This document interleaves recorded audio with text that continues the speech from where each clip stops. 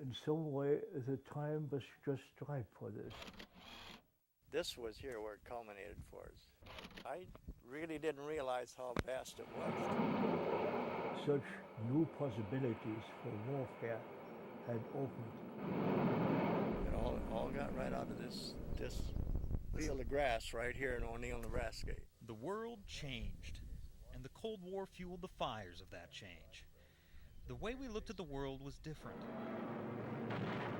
So was the way we fought war. The fight against communism started a race for knowledge the military and scientific communities refused to lose. That race brought some of the greatest minds in the country to a small field outside O'Neill, Nebraska. An almost forgotten series of tests on the prairie winds would bring about one of the scientific community's greatest triumphs and one of Nebraska's worst tragedies. Nearly lost to time, the Great Plains Field Turbulence Project made an indelible mark in scientific history. It was the brainchild of two refugees of World War II. The O'Neill Project was to become a continuation of work started at the German Weather Bureau. Dr. Heinz Lettow and Dr. Gunther Lozier became guests of the United States government shortly after D-Day. Both men were unwitting members of Hitler's war machine. Lettow worked for the Weather Bureau. Lozier was a ballistics expert. Both men were working on the V-1 and V-2 rocket programs when they were captured. They thought it might be because it's so small, affected by turbulence, and since one of my background achievements was writing a book about atmospheric turbulence. I was a Nazi because it was a prepaid ticket to the scientific world. I have no interest in politics or the conventional military. Gunther Lozier, 1953. The two scientists had a perilous view of the war's front lines, being stationed near one of the Allies' key targets. The German rocket program was one reason Eisenhower refused to delay invasion on D-Day. Not long after troops landed on Omaha Beach, General Patton's men came calling. There was a stream of American troops down into western France, and I got in a roadblock, and from then on I would gratis and free trip to England, and a few days later by airplane to Virginia. Lettow, Lozier, and even their commander, the famed Dr. Werner von Braun, were brought to the United States. The world was changing, and knowledge was power. Von Braun was a long-time proponent of space exploration, and the U.S. seemed to be the best place to continue that research. Having worked under von Braun, Lozier shared his vision. There are about that many of us who understand reaching the moon and the problems of space exploration. We'll be on the moon in less than 25 years. Gunther Lozier, 1953. Werner von Braun would later gain fame as one of the key founders of the NASA space program. The United States government had other uses for Lozier and Lettow. Under a program known as Project Paperclip, German scientists were recruited to come to the United States from all over Germany. One of the most widely known groups to accept the invitation was the crew from the V-2 project. Werner von Braun and his team of engineers would set up shop outside Fort Bliss. Lozier and Lettow accepted separately. I had no position because I had lost everything, and so I decided, and I liked it, in fact, to come here, and the family came over.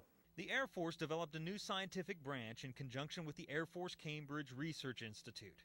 They called it the Geophysics Research Directorate, and it combined the resources of the military and academia, most notably the Massachusetts Institute of Technology.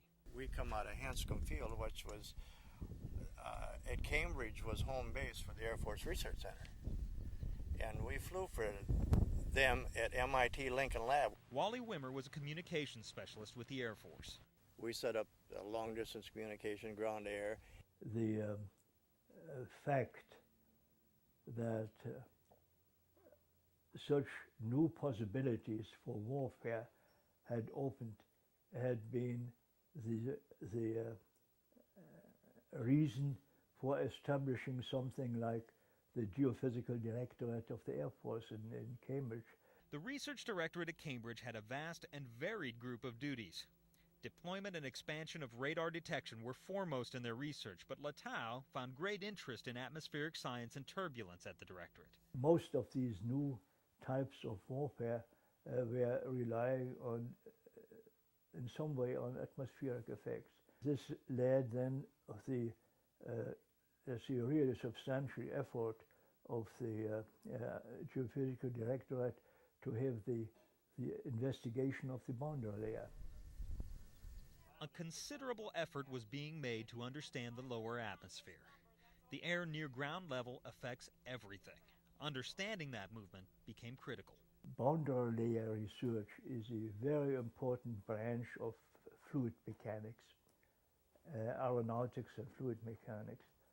What happens as the interaction between a moving fluid and a solid surface, or as an airplane, a solid wing moving through the air. And this branch is called boundary layer, literally now. The military understood the need for boundary layer research. Missile launches like von Braun's V-2, even atomic warfare depended on the air and, more importantly, wind and turbulence for their launch and delivery. The enormity and the expense of the research caused the Directorate to contract with leading universities for experimentation. At a budget of nearly $500,000, some of the greatest minds in the country began observing the effects of the winds at ground zero and the causes of turbulence. Basically, they had always to rely on the same meteorological elements. That's the wind distribution at the ground. And so my argument with the Air Force was to bring all these people together with their equipment and see how the basic terms which you have to have agree with each other. Moving 15 institutions and their experiments with scores of equipment would not only be a major undertaking, but a $1 million venture. Latau knew the search would center on the central part of the United States, the Great Plains. The station in Nebraska was also standing out already as one and was the most interesting wind structure was there. The site needed to be uniform, relatively flat, with a constant breeze. The Directorate ultimately decided on this field outside O'Neill, Nebraska. It was flat, uniform, with no obstructions, with a constant southerly breeze. They had the perfect area because there were no irrigation systems. There were no windmills here where they were. And the fence is the only thing, but that's what they wanted, a complete open area. It was, of course, also relatively easy to rent for the time of the experiment the few square miles of land. The cattle could only be driven out and only a couple of miles away. With the site chosen, Dr. Latau began the arduous task of planning a large-scale scientific experiment. It had never been done before. It was not to find a new place where somebody new developed a new system, but really to have a big bee, a calibration bee or comparison. Latau also had to find a way to judge how the wind worked at any given moment. It's called an instantaneous wind profile, and to date they hadn't found a way to measure it. Dr. Latau knew the ideal candidate to find a way was Gunther Lozier. He had a flair for doing things, and he came out after some reflection with two methods. The Lozier technique involved utilizing the pinnacle of military technology. The daytime test would utilize military H-18 helicopters to drop racks of chemical packs, each dispersed by a timed explosion. At night, weather balloons launched at exact moments were tracked by theodolite cameras. The hope was to create an instant picture of the wind's actions. The largest portion of the experiments were contracted by universities from across the nation. The rest were government scientific laboratories, including the Geophysics Research Directorate. Air support and transport would come from Offutt and Stewart Air Force bases. By April of 1952, both Lozier and Latau had visited O'Neill. Arrangements were being made for office space, housing, and rental of the property on which the tests would be conducted. Lozier made casual trips to both O'Neill newspapers, the Frontier and the Independent, to introduce himself and to prepare people for the events to unfold in the next year. The O'Neill Chamber of Commerce is badly in need of more housing for the Air Force men and scientists that are starting to arrive in O'Neill. Due to the increased number of men who will be here for the wind tests, it is imperative that more rooms be made available to these men. The number now has been set at 180 men. Holt County Independent, July 9th, 1953. By now, the project had its official title, the Great Plains Field Turbulence Project. What couldn't travel by air was shipped by rail, or whatever means was available. Air Force men rented what housing they could. The rest shared rooms with local residents, locals nice enough to open rooms to out-of-state scientists and flyboys. Communication would be key. Bearing that in mind, a group of specialists from Hanscom Air Force Base were transferred to O'Neill. Wally Wimmer was one of them. To us, it was just like being back at Hanscom because we run the air-to-ground for MIT Lincoln Lab. We were with it somehow all together for a long time. Wimmer and 6 other specialists were assigned to the O'Neill project. They joined the contingent of military personnel, scientists, and equipment that would flood into the small town. A room in a landmark downtown building became the radio and teletype headquarters. Another prominent building housed a wind tunnel used to calibrate the scores of meteorological equipment heading to O'Neill. The entire region was buzzing with anticipation of the strangers and strange equipment invading the town. Turbulence in the air nearest the Earth is of importance in the operation of guided missiles, chemical warfare, weather forecasting, and aviation. Military press release, Holt County Independent, July 9th, 1953. Only certain instruments employed in the tests will be classified as secret or confidential. For the most part, the test will be non-classified, although the findings will be used in connection with the use of guided missiles, atomic radiation, and chemical warfare. The O'Neill Frontier, July 16, 1953. The site of the Great Plains Field Turbulence Test was becoming a self-contained community. The site had its own fire department, ambulance, and electricity. An O'Neill contractor got the bid to build the lighting system at the site. So you took up a good half or better of this field with just the buildings in place where we'd put up with the power generators. A section of level prairie land close to O'Neill in northern Nebraska was selected as the most favorable site for this program. The Air Force sent a motion picture crew to document the setup. The entire field, earth to sky, was blanketed with instrumentation. On July 14th, the lights came on. There are 115 lights on a string, which is about 7/10 of a mile in length. Seen from a distance, the lights looked a great deal like a prairie fire. Holt County Independent, July 16th, 1953. One shipment to Offutt Air Force Base contained over 10,000 pounds of equipment. Iowa State College brought a computer to calculate the data. It filled an entire building. We had a rudiment of a computer system, practically what we do as the mechanical counter system. Devices to measure wind speed, called anemometers of varying sorts, were set up on site. Some were even developed by cutting ping pong balls in half. They were more responsive. Measuring how surface structure and even surface temperature affected wind speed and temperature required mixtures of technology and ingenuity. So as not to interrupt the soil and grass structure, the instrumentation was incorporated with the soil and native grasses to keep a continuous ground profile. 50-foot towers holding sensors and anemometers dotted the site. All the equipment represented the height of scientific technology for its time. Wally Wimmer witnessed the transformation and recently returned to the site, the first time in 50 years.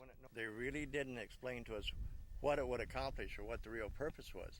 All we knew that it was a wind turbulence program of study from 0 to 5,000 feet. They needed 6 ideal nights over a period of 6 weeks to assure success. The start date of August 1st was set. Aircraft would play a large role in O'Neill. An Air Force plane was fitted with sensors to study air currents and particle flow at heights above the forest of towers on the site. The sensors had to be placed where exhaust in the airplane's prop would not affect readings. To avoid having to ship such a large aircraft, the decision was made to fly the H-18 helicopter from Hanscom Air Force Base to O'Neill. The aircraft hopscotched across the country, refueling, eventually finding its way to the site. The flight took 3.5 days. On July 27th, the H-18, a pinnacle of military technology, arrived. The entire project had been a source of curiosity for the residents of O'Neill, The H-18 just compounded that curiosity. Within a few seconds after the low-flying, unorthodox craft appeared over the city, the houses emptied and necks craned skyward. O'Neill Frontier, July 30th, 1953. The helicopter played a crucial role in the wind tests at O'Neill. The wind profile test, dubbed the Lozier technique, required hovering over the test site in the chopper, dropping racks of chemical powder dispersed by explosive charges. And we would go up with the chopper, and they'd go up about 5,000 feet sometimes, and they began to drop them. And as they dropped and exploded, the big theodolite cameras tracked them. The tests were slated to begin August 1st, just 4 days away. Nearly everything on the site was set and calibrated. The helicopter pilot made his safety checks and brought some unwanted news to Gunther Lozier. Because Captain Johnson does not want to risk mechanical failures, the craft has not been flown since its arrival. A new blade is expected to be flown in this weekend. O'Neill Frontier, July 30th, 1953. The helicopter would have to reach heights of 3,000 to 5,000 feet, and the pilot had concerns about one of the helicopter's 3 blades. As late as June 30th, Lozier was unsure of his ability to begin testing as scheduled. Undaunted, he decided to make the most of his time and bring his crew aboard the chopper for a short training flight. Lozier wanted to have them, instruct them at the same time. Having 6 people aboard the chopper was unusual. In a normal day of testing, no more than 3 would be necessary, but Lozier wanted to do a training run with all the personnel involved. It would turn out to be a fatal decision. Poor estimate on his part, because there was unusual that 5 people was on this helicopter. He was coming around, and they realized they had a problem. At least one of the rotors got loose. And you were trying to bring it in and put it down. A helicopter simply couldn't hold any more. It couldn't have been more than 50 feet off of the fence line. And it was plumping down vertically. When it nosed down, you knew it was all over. The people were killed by coming the weight of the rotor blades down on the cabin. I jumped in the Jeep, and we took off. Down through the ditch we went out and just took the fence down and went in with the fence post flopping off of a wheel with a wire. From the back of the crew compartment, the tail section was all in good contact yet. But from there up clear to the pilot's compartment was totally destroyed with the fire. Everyone aboard the helicopter died on impact. 2 days before testing was to begin, the Great Plains Field Turbulence Project had made history as the worst air disaster in Nebraska. It was a devastating day. At 39 years old, Dr. Lozier and 5 Air Force personnel were dead, and the first day of testing had yet to begin. It was only the ambition of my good friend that he apparently had argued that all the 3 Air Force people who were assigned to work with us should be in. Unfortunately. And everybody in town admired this man. He was such a polite, gentle man. And it just was sad that we lost him. We could never replace him. Dr. Lozier's sister contacted the whole county sheriff in the hope of getting more news. August 2nd, 1953, Brighton, Massachusetts. Dear Sir, I address this letter to you because I don't know anybody in O'Neill. I am the sister of Dr. Gunther Lozier, who died in O'Neill last Thursday. You will realize what this news meant for his wife and his children, but also for me. He who was so full of activity in each minute of his life, who saw so great plans lying ahead of him. Ilsa Lozier. The tests would continue. They had to. The Air Force commander, Major Oscar Tibbets, ordered another helicopter. Lozier would never see the success of his new technique, nor the prophecy of a man on the moon come to pass. The Geophysics Research Directorate honored his memory with a memorial lecture, a lecture only given by a scientist making an outstanding achievement in research. Friends and colleagues said it was fitting that he died conducting an experiment. In the sharing of knowledge, men would be working together, and the world would be better for it. Gunther Lozier. So much brain power had rarely been assembled in the same place at the same time, let alone in a place the size of O'Neill, Nebraska. Several days after the tragic crash and the loss of their friends, the personnel at the test site in O'Neill faced the unenviable task of moving forward. Major Tibbetts finished arrangements for another helicopter. Relatives of some of the Air Force men killed visited the site of the crash. On the other side of the road, however, the throngs of scientists had moved forward. High school students from O'Neill were hired to help with the tests. The unpredictability of Mother Nature placed the teenagers on call throughout the test process. For the balloon application at nighttime, there were 12 boys from the high school. Pretty easy work. It may be at 1 o'clock in the afternoon, it may be at 1 o'clock in the morning. They had their office down in the old Ryan building down there on the south side of town. They have a note on the door 2 hours before we were supposed to go to work. We were supposed to check it every 4 hours or something. So there were, I don't know how many of the high school kids worked out there, but there was quite a bunch. They were brought by jeep to the predetermined points upwind. You'd be out there for several hours, sometime at a time, waiting for the wind to be whatever they considered just right. When there was the flare shot, the first release, the second flare, the second release. They began to rise one after the other and were supposed to form one vertical array. The scientists needed 6 consistent days of usable conditions, 6 consistent days and nights. The Hanscom Communications crew had to keep information flowing throughout the tests. It got to be hairy sometimes because you had to have a 24-hour-day communications guarantee because they worked all the different hours because the weather conditions would change, and they wanted everything on the test they could have at every weather condition they could encounter. Latow and Company, in an effort to ease the curiosity of the local residents, announced an open house that would occur in the middle of August. It was on a Sunday. Ordinary citizens will be awed when they find ping pong balls sliced in half, spinning in the wind, and exciting thousands of dollars worth of elaborate electric relays, amplifiers, and counting machines. Most of the equipment on the site has been custom built or especially assembled for the O'Neill project. O'Neill Frontier, August 20th, 1953. Visitors from all the surrounding communities flooded into the site. I didn't suppose there were that many people in the country so interested in what we were doing. Ben Davidson. One account said nearly 4,000 people moved in and out of the site. The scientists set up displays to explain the non-classified tests.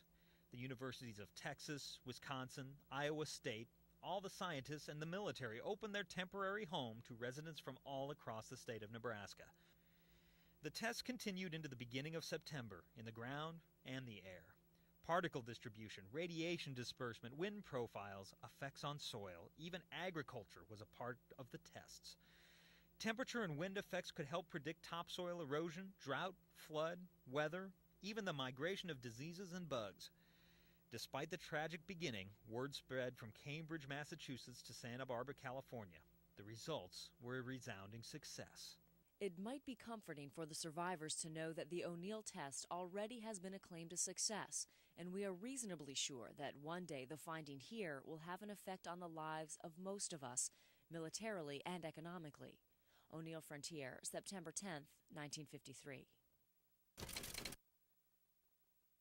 They left as quickly as they came. It took 4 years to tabulate the data, calculate the results, and analyze exactly what the Great Plains Field Turbulence Project had found. It filled 2 volumes. Ben Davidson and Heinz Latow published results in 1957 in a 2-volume set named Exploring the Atmosphere's First Mile. It was dedicated to the memory of those who died on July 30th, 1953 in the tragic helicopter crash. Special thanks were given to the citizens of O'Neill. At the field site, the people of O'Neill welcomed us, made us feel at home, and eased our problems considerably. So to all those who participated in any way, our warmest thanks and congratulations on a job well done, exploring the atmosphere's first mile, 1957. While Gunter Lozier never saw his experiments take place, Dr. Latow credits his experiments as one of the greatest achievements of the tests. This, of course, was one of the major successes of the Great Plains Turbulence Field Program. This unbelievably sharp maxima of wind speed about 600 feet above the ground. No movement at all at 1 mile up. This so-called low-level jet stream. I still can state that what we found about the low-level jet stream in the O'Neill experiment is unsurpassed because of the laser technique.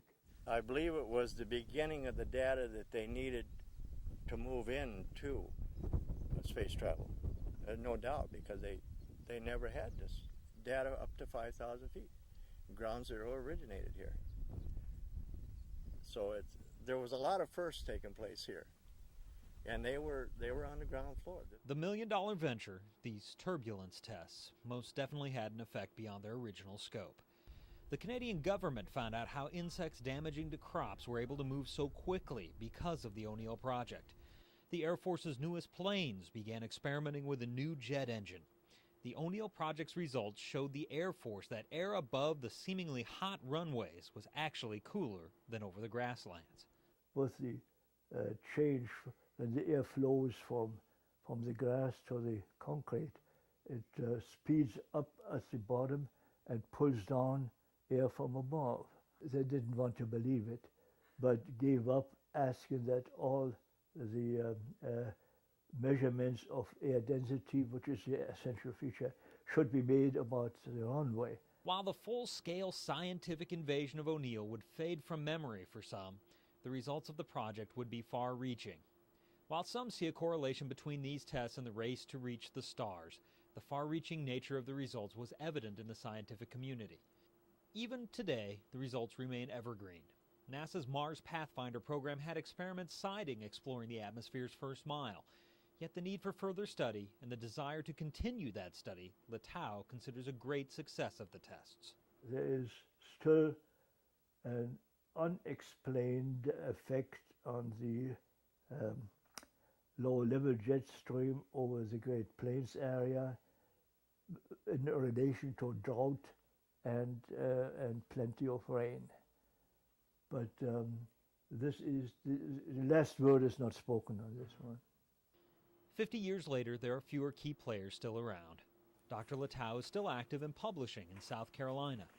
Dr. Lozier's youngest son, Helmut, visited the site of his father's untimely death. It was nearly 50 years to the day. Wally Wimmer liked O'Neill so much, he retired there. I liked it here, so I said, I'm going back. When I retire, I will just come back to O'Neill. And that's what happened. From the personal effects and tragedies to the scientific breakthroughs, the effects of the largest outdoor experiment of its time were wider spread than any had hoped. In the end, the final result was a series of tests that touched the lives of everyone in the world, all as a result of 2 World War II POWs with their eyes aimed at the sky.